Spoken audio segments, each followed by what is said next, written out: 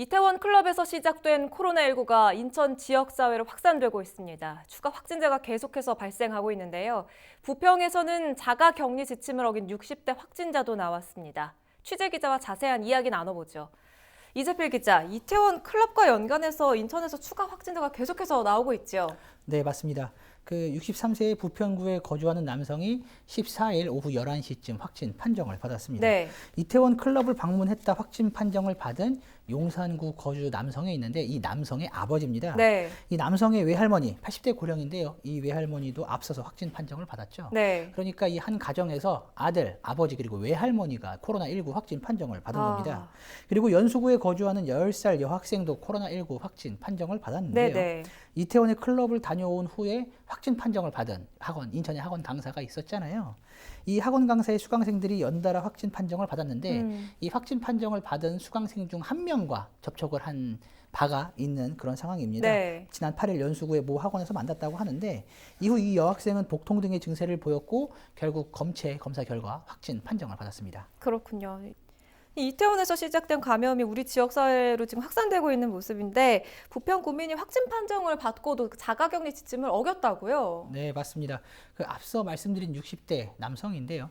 지난 7일 아들을 포함한 가족들과 서울의 한 호텔에서 식사를 한 것으로 알려져 있습니다. 때문에 이 남성도 이 아들은 지난 10일 코로나19 확진 판정을 받았는데 때문에 이 남성도 아들의 확진을 확인하자마자 부평구 보건소 선별 진료소를 찾아서 바로 검체 검사를 실시를 했습니다. 이때는 음성 판정을 받았는데요. 네. 하지만 확진자와의 접촉자인 만큼 2주간 자가 격리를 하게끔 되어 있습니다. 그렇죠. 그런데 이를 어기고 많이 돌아다녔어요. 검사를 받은 날이 이제 10일부터 자가 격리를 어겼는데 좀 보면 10일에는 구로구의 친척집을 방문을 했고요. 11일에는 금천구 건설 현장과 부평의 병원 그리고 약국을 방문을 했습니다. 이때 버스를 이용하기도 했는데요. 네. 12일에는 부계역과 구로역 등 지하철역과 금천구의 건설 현장 그리고 마트도 다녀왔습니다. 13일에도 마트와 문구점을 방문을 했는데요. 사람이 많이 모이는 곳을 참 많이도 돌아다녔죠. 네. 12일부터 발열 등 증상이 나타났다고 하는데 그리고 14일 다시 부평구 보건소 선별진료소를 찾았고 이때 확진 판정을 받았습니다. 그렇군요.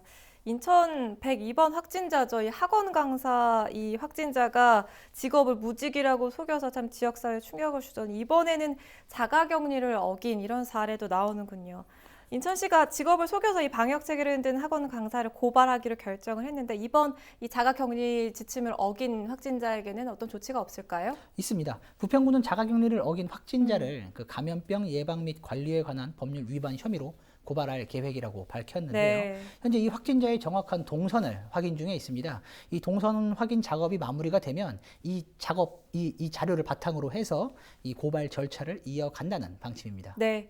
코로나19 종식을 위해서는 우리 모두의 협조가 필요합니다. 다시는 이런 일이 발생하면 안 되겠죠. 이재필 기자였습니다.